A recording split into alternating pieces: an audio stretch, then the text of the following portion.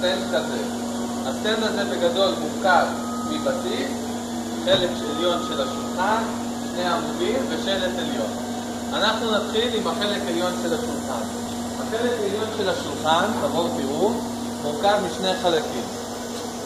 חלק אחד וחלק שני. אנחנו מקפלים את האוזניים, מרימים בשני הצדדים.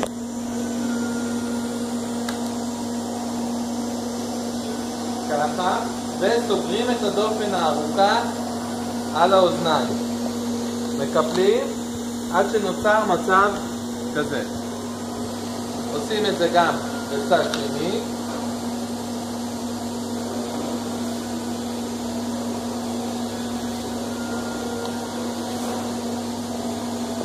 מקפלים עד שיש לנו את שתי המהלכים הללו, ואז מקפלים את השוליים הצרים, כאשר מקפידים את הכיפול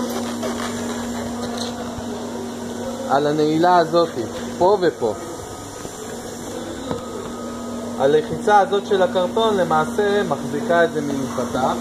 הנה פה תראה מקרוב, אנחנו לוחצים אותו, מסדרים פה פינה ופינה. כדי להשלים את המהלך הזה, שימו לב שבכל אחד כזה יש שני פתחים לעמודים. אנחנו משחררים את זה, לוקחים את החתיכה הנוספת, משחררים את הפתחים ומנגישים את החלק מבפנים והתאימה. זה הכל. החלק העליון מוכן. עכשיו אנחנו מרכיבים את הבסיס.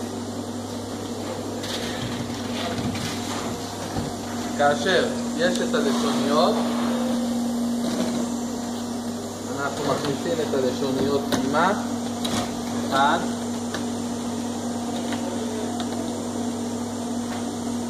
רגע, שתיים ושלוש. אוקיי?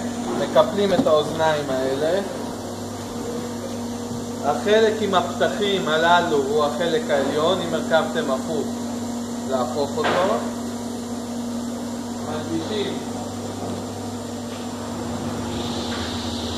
את החלק העליון בהתאמה. כבר יש לנו את הבסיס של השולחן. העמודים, יש לשים לב, יש ימין ושמאל.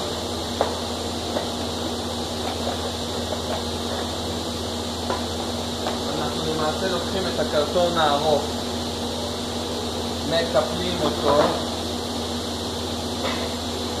ומכניסים את הלשוניות.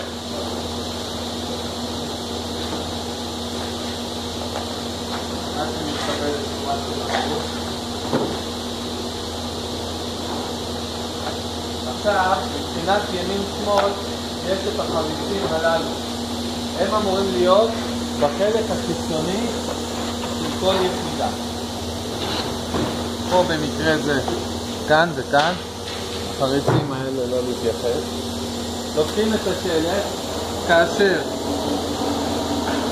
החלק הזה הוא התחתון, ומרכיבים לשונית אחת ועוד לשונית פה,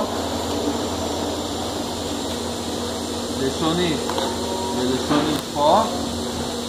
זהו, יש לנו שני עמודים עם השלט. לוקחים אותם, מרימים, מכניסים את תוך המיטה,